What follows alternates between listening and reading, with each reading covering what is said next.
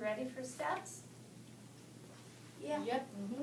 Okay, so when we compare these two fractions, comparing what's greater than, less than, or equal to, right? When we compare these two fractions, we have to have a common denominator. Yes. I'm going to draw a horrible picture right now. Okay? This is going to be Adam's pizza. I want a pizza too. Adam, do you like pizza? Yeah. Adam likes pizza. Adam likes pizza a lot. Joey, do you like pizza?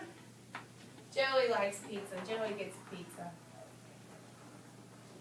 Joey, this is your pizza. Okay, Adam and Joey have an issue. Adam has one of those extra large pizzas, like this big. Okay? Joey, sorry Joey, you get some bagel bites. Teeny tiny. But my picture does not represent that, right? So you cannot always trust that pictures are drawn to scale. So you have to have a common denominator, so you know you have equal parts when you're doing a comparison. Okay? Because if I tell Joey he gets 2 slices of his pizza, and I tell Adam he gets 2 slices of his pizza, if just looking at those pictures, who's going to be unhappy? Joey. Joey's going to be really happy because he gets a whole pizza, and he's thinking it's the same size as Adam's.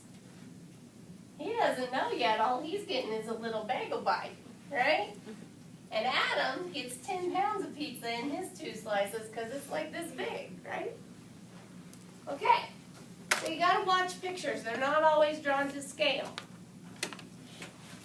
Okay, so to get the common denominator, we're going to multiply. Step 2, we're going to multiply the opposite denominator, multiply each fraction by the opposite denominator.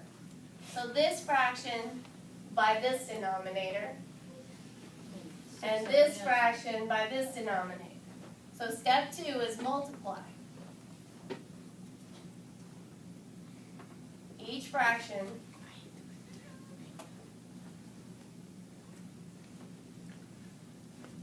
by opposite denominators.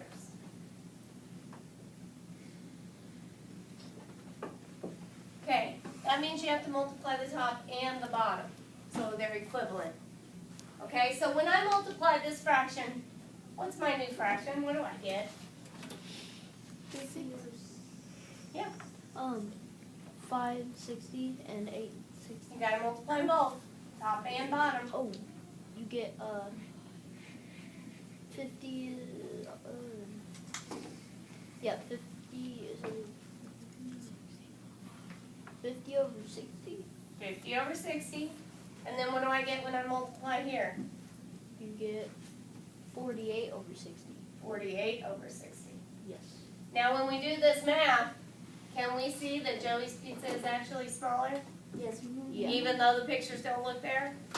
And we would put in the greater than symbol because Adam's is greater than Joey's. Okay? Pictures don't always do it, guys. You got to do the math. They should. I know they should. Okay, so that's the super easy part for today. There's a hard part too? Well, ordering sometimes people get Oh. strung up with. So hopefully you guys will not have a problem. Okay. So least to greatest, greatest to least. I'm actually going to give you steps if you ever had a problem with this before. Okay? So ordering.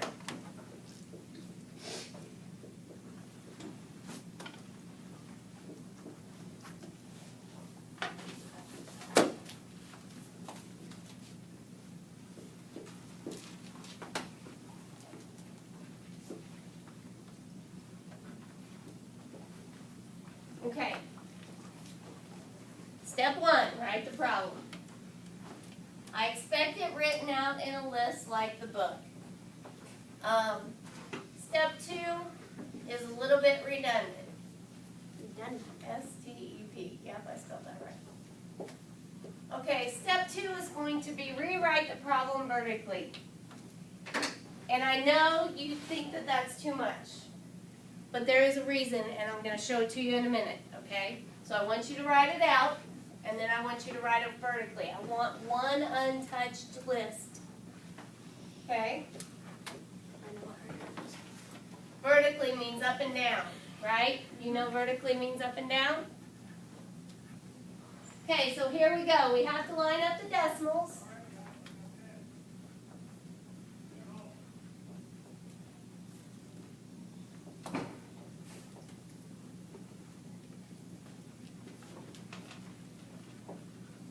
Okay.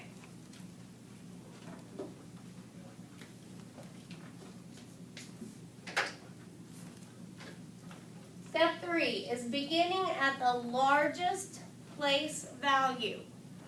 The largest place value on that board is actually the tens place. It's worth the most money, right? If there was a 1 in front, we'd start in the ones place.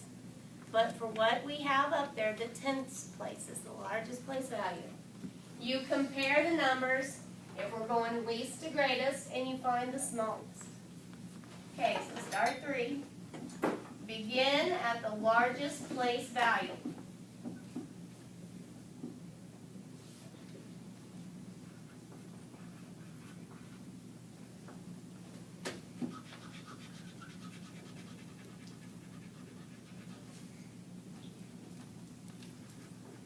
And compare.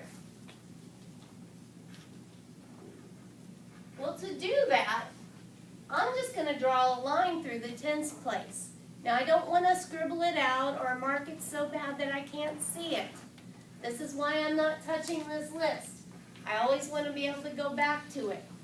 Okay? So I'm going to mark this out. Where is the least number? Which one? The 3. So I know that one's got to go first. And I put that little dash there because as soon as I'm done listing it in my answer, I'm going to mark it out so I don't accidentally use it twice. Okay? We don't want to mess up an answer just because we put it in there twice.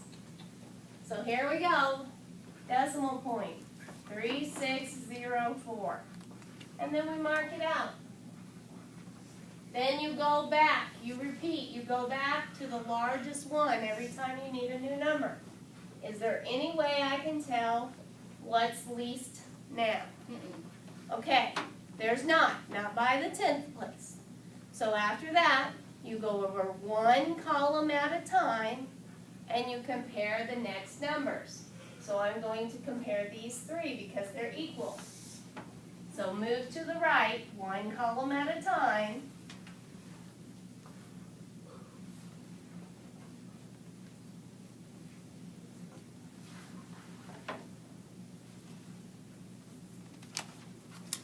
And repeat. Okay, so here we go. If I'm moving to the right, one column at a time, this is what I'm looking at now.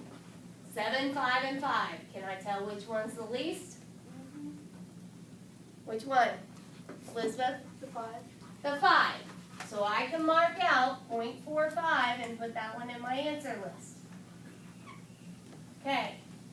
These are the same. These are the same, so I have to move over again. What do I put in a blank spot? 0. 0. Can I tell between these two numbers now which one's Yes. the least? Which one do I put? 0.47. Oh, I'm glad you said it that way. What? You always go back to the original, Tate. And you did. You didn't include the 0 I added. That's another reason you always want this list. Because sometimes they're going to throw a fraction up there that you have to divide out. And when you make your answer list, you have to use the fraction number. Okay? So you always want that original list so you don't have to be flipping back through your binder to find out where that number was. What was the number I need to use? Okay? So 0.47. And then our last number is process of elimination, 473. Can I ask a question? Yeah. What if this 473 had been a negative number? Where would it have been in my list? First. Nick? It would have gone first. It would have gone absolutely first. Remember, if they're negative numbers, They're backwards, right? The bigger they are, the smaller they are. Because they're negative. You gotta think of those backwards. Okay, does anybody have any questions about ordering least to greatest with steps? I know I'm kind of weird the way I teach it. I'm not like everybody else. But I want to make sure you understand. You go one column at a time. You got to line up those decimals. Shay? How you do it? Okay, you want more examples. I get that. Elizabeth? This is easier than last year. That's not a question. Question. So do we have to line them up on a homework paper like that? Yes, you have to line them up. There are some on your homework tonight, guys, that are so easy, it's like third grade level, least to greatest, greater than, less than. Okay? And there are some that you know that you really have to show the work. You pick and choose, but if they don't have common denominators, you gotta show the work. If it's a fraction, you gotta divide it out and make it a decimal. Okay? Any more questions about process? Process.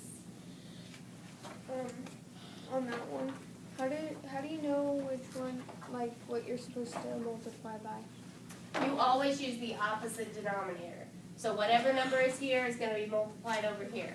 It doesn't have to be the least common denominator, like when we add and subtract. You just use the opposite number. Okay?